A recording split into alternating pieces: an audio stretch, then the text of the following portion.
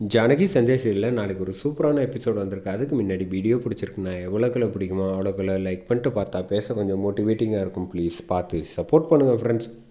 ரகுராம் மாயா கிட்ட வந்து கேட்குறாங்க, என்ன முடிவு பண்ணிட்டீங்களா அப்படின்னு கேட்குறப்ப வந்து சீனுக்காக ஒரு டெக்ஸ்டைல்ஸ் கடை ஒன்று வைக்கலான்ட்டு இருக்கோம் பெருசாக, அதுக்காக நீங்கள் கொடுங்க பெரியப்பா அப்படின்னு கேட்டோன்னா உடனே மாயாக்காக வந்து அவள் டான்ஸ் கிளாஸ் வைக்கலான்ட்டு இருக்கா பெருசாக அப்படின்னு சொன்னோன்னே ரகுராம் வந்து சிரிக்க ஆரம்பிக்கிறாங்க.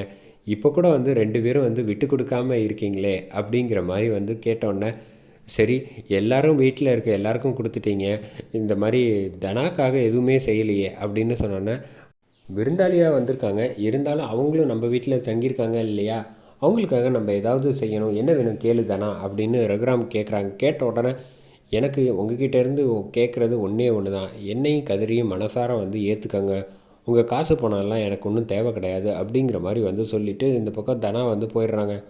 பார்த்தீங்களாங்க, நம்ம பொண்ணு வந்து எவ்வளோ தூரம் வந்து கதிர் மேலே நம்பிக்கை வச்சுருக்காங்க, அதை ஏங்க நீங்கள் வந்து புரிஞ்சுக்க மாட்டேங்கிறீங்க அப்படின்னு சொன்னோன்னே, இதை பற்றி நம்ம பேச வேணாம் அப்படின்னு சொல்லிட்டு இந்த பக்கம் ரகுராம் வந்து மாடிக்கு போய் ரூமில் வந்து உட்காந்துட்ருக்காங்க.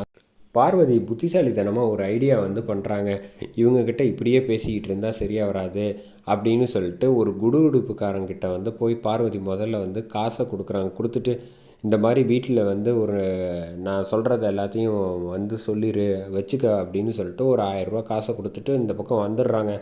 வந்தோன்னே ராத்திரி ஆனோன்னே இந்த பக்கம் ரகுராம் ஜானகி 2 பேரும் அசந்து தூங்கிட்டு இருக்காங்க. அப்போன்னு பார்த்து இந்த பக்கம் பார்வதி அனுப்பின குடுகுடுப்புக்காரர் வந்து கரெக்டாக சொல்கிறாரு, நல்ல காலம் பிறக்குது அப்படின்னு சொல்லிட்டு இந்த வீட்டுக்கு வந்து லக்ஷ்மி வந்து நிறைய கிடைக்க போகுது, 1க்கு 2 மடங்காக வந்து கிடைக்க போகுது, எல்லாத்தையும் வந்து சொல்கிறத வந்து வேணான்னு சொல்லி விட்டு ஒதுக்குனது எல்லாம் தேடி வரப்போகுது அப்படிங்கிற மாதிரி வந்து சொல்லிவிட்டு இந்த பக்கம் போயிடுறாங்க.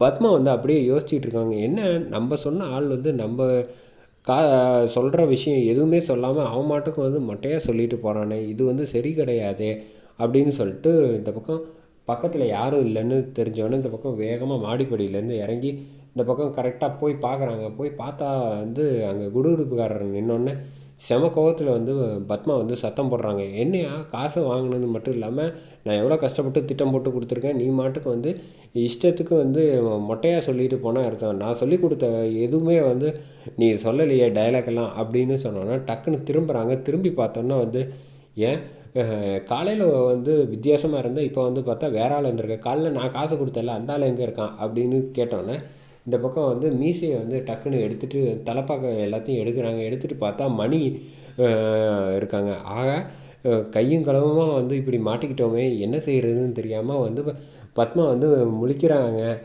உன்கிட்ட தனியாக பேசணும், மாடிக்கு வா அப்படின்னு சொல்லிட்டு இந்த பக்கம் கரெக்டாக பத்மாவை வந்து அழைச்சிட்டு ரூமுக்கு போகிறாங்க. ரூமுக்கு போனோன்னே யாரை கேட்டு நீ வந்து இல்லாத வேலையெல்லாம் பண்ணிகிட்டு இருக்க, அப்போ நீ இவ்வளோ நாள் வந்து நல்லா போல் வந்து நடித்தது எல்லாமே வந்து பொய் தானா, உனக்கு கொஞ்சம் கூட வந்து மனசாட்சி இல்லை, நான் கூட நீ மாயா கிட்ட வந்து நகையாக கொடுத்துட்டு எல்லாமே வந்து பேசணுன்னே கொஞ்சம் கூட யோசிக்காமல் என்னையே நம்ப வச்சுட்ட பாரு, இத்தனை வருஷம் உன் கூட வாழ்ந்ததுக்கு அப்படின்னு சொல்லிட்டு உனக்கு கூச்சமே இல்லையா, அப்படி என்ன வந்து எப்போ பார்த்தாலும் தனியாக வீடு கட்டிக்கணுங்கிறாங்க, எப்படியாவது வந்து இங்கேருந்து போயிடணும்னு சொல்லிகிட்டு இருக்க அப்படின்னு சொல்லிட்டு தயவு செஞ்சு ரகுராம்கிட்ட வந்து சொல்லிடாதீங்க அண்ணன்கிட்ட அப்படின்னு சொல்கிறப்ப, இதை அவர்கிட்ட போய் சொன்னால் எங்களுக்கு தான் அசிங்கம் அப்படின்னு சொல்கிறப்ப, உங்களுக்குன்னா நீங்கள் மட்டும்தானே இந்த ரூமில் இருக்கீங்க அப்படின்னு சொல்கிறப்ப, மாயா சீனு 2 பேரும் இங்கே வாங்க அப்படின்னு சொன்னோன்னா அவங்களும் மறைஞ்சிருந்து இங்கே பத்மா பேசினது எல்லாத்தையும் கேட்டுறாங்க.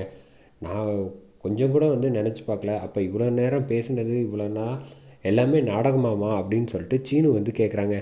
அப்படி என்னம்மா உனக்கு வந்து பிரச்சனை இந்த குடும்பத்தில் இருக்கிறது, எப்போ பார்த்தாலும் வந்து நீ ஒருத்தனுக்கு காசு கொடுக்குறதுக்காரர் அவருக்கு கொடுத்துட்டு நீ வந்து நினச்சதை சாதிக்கிறதுக்கு என்ன வேணாலும் திட்டம் போடுவியா அப்படின்னு சொல்லிட்டு, அப்போ இவ்வளோ நேரம் வந்து நாடகம் ஆடிக்கிட்டு இருந்திருக்கேன், நான் தான் வந்து அம்மாங்கிற நம்பிக்கையில் உன்னை கடைசி வரைக்கும் கோவப்பட்டுக்கிட்டு இருந்தேன், மாயா வந்து சொன்னா அப்போயாவது கொஞ்சம் பரவாயில்ல, அத்தையை வந்து கோவப்படுத்தாத, அவங்களே மனசு திருந்திருக்க சமயத்தில் இப்படி வந்து பேசணுன்னா அவங்க மேற்கொண்டு வந்து மனசு மாறிடுறவங்க, நம்மளால் மாறிடக்கூடாது திருந்தினவங்க அப்படின்னு சொல்லி அவ்வளோ தூரம் சொல்லிக்கிட்டு இருந்தா.